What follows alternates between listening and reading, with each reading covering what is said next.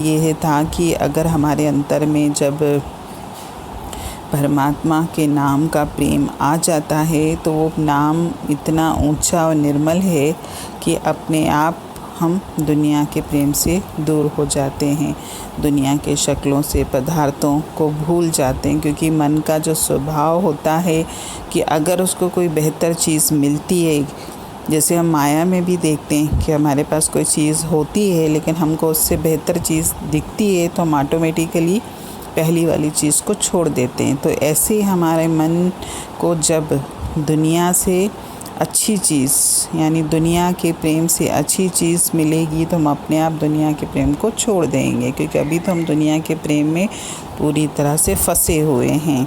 लेकिन जब हमारे अंतर में परमात्मा का प्रेम जागृत हो जाएगा तो हमको फिर दुनिया का प्रेम अच्छा भी नहीं लगेगा।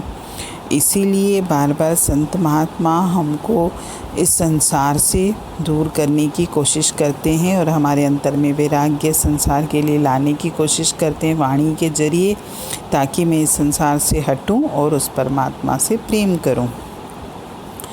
और ये उसका विधान भी यही है, क्योंकि वो चाहता भी यही है कि हम सिर्फ बाहरी तौर पे जो हमको यहाँ पे संसार में जीवन दिया है उसने इस देह को, वो बाहरी तौर पर हम जिएं, अंतर में हम ना जिएं ये जीवन संसार वाला। लेकिन हमने तो पूरा संसार जितना बाहर जीते हैं उससे कई गुना ज़्यादा संसार मैंने अपने अंतर में डाल दिया है, और इसी वजह से मेरे जीवन में इतने कष्ट हैं। और इसमें जो दिया भी था कि जब उसको हमको खींचना होता है तो वो अपने आप हमको साधन भी देता है। जैसे उसमें दिया था, उस दिन भी वाणी में ये बात थी कि अगर हमको भूख ही नहीं है तो हमारे सामने कितना भी अच्छा खाना रखा हो हम नहीं खाएंगे, और अगर हमको भूख है लेकिन सामने खाना नहीं है तो भी मैं भूखा ही रहूँगा, मुझे कुछ नहीं मिलेगा। लेकिन अगर मुझे भूख भी है और थाली में खाना भी है तो मैं अपने आप ही खाना उठा के खाऊंगा। तो ऐसे ही जीवन में अगर हमारे अंतर में परमात्मा का प्रेम होगा तो परमात्मा के साधन भी मिलेंगे, लेकिन प्रेम जागृत करना भी उसके हाथ में है, क्योंकि हर इंसान उस परमात्मा से प्रेम कर भी नहीं सकता।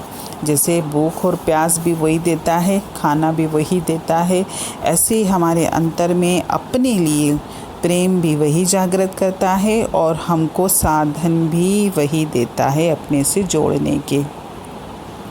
और ये दोनों काम हमारे उसकी दया मेहर से ही हो सकते हैं। इसलिए उस दिन भी सत्संग में वाणी में ये बात बोली थी कि दया मेहर परमात्मा की ये नहीं होती है कि उसने धन पदार्थ दिए हैं, मुझे अच्छे रिश्ते दिए हैं, संस्कारी बच्चे दिए हैं, अच्छा पति दिया है, धन दौलत दिए, ये उसकी दया मेहर नहीं है। दया मेहर तो ये है कि उसने हमको अपने आप से जोड़ा है, क्योंकि परमात्मा हर किसी को अपने साथ जोड़ता भी नहीं है।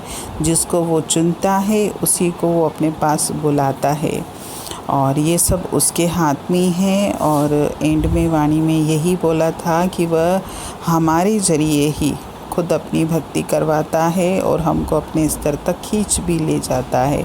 और बार बार इस संसार में संत महात्मा वाणी के जरिए, उपदेश के जरिए हमको यही बात समझाने की कोशिश कर रहे हैं कि ये संसार में जो कुछ भी है उस परमात्मा की इच्छा अनुसार ही हो रहा है।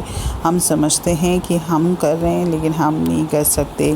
हम सत्संग भी आएंगे तो हम ये नहीं कह सकते कि हम पहुंच रहे हैं। जब उसकी इच्छा नहीं होगी तो वो हमको बिठा देगा घर पर।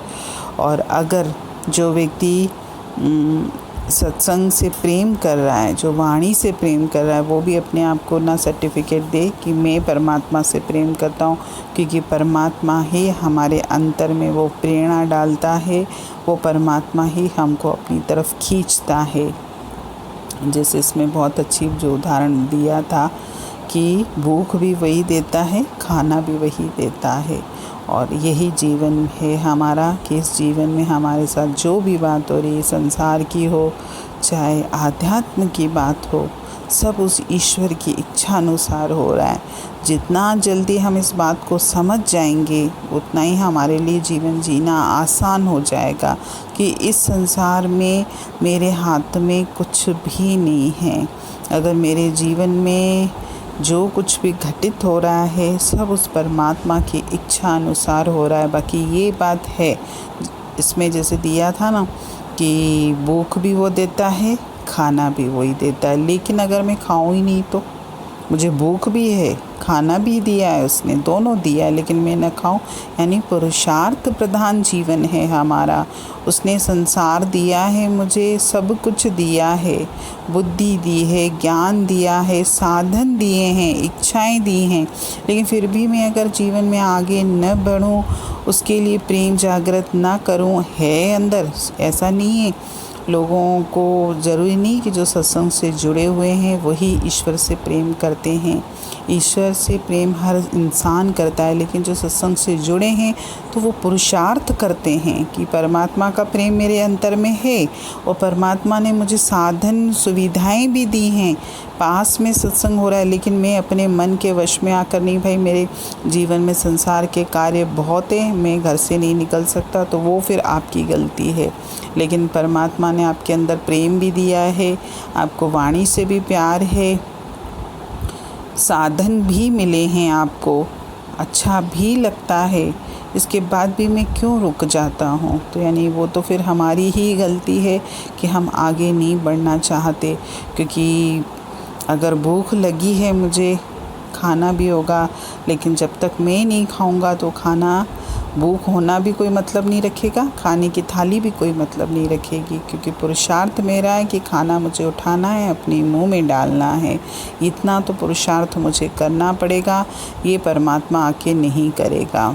और इसी वजह से ही समझते हुए भी हम लोगों का जीवन इतना पीछे रहता है। जानते भी हैं, समझते भी हैं, हर बात मानते भी हैं, लेकिन फिर बार बार उस चीज़ को भुला देते हैं, बार बार इस चीज़ को भुला देते हैं, बार बार अपने आप को ये याद दिलाते हैं कि मैं ये कर ही नहीं सकता, मैं कर ही नहीं सकता।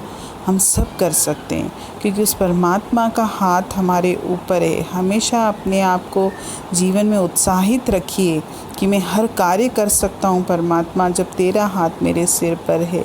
और जितना जल्दी हम ये विचार अपने अंतर में डालेंगे, उतना ही अच्छा रहेगा।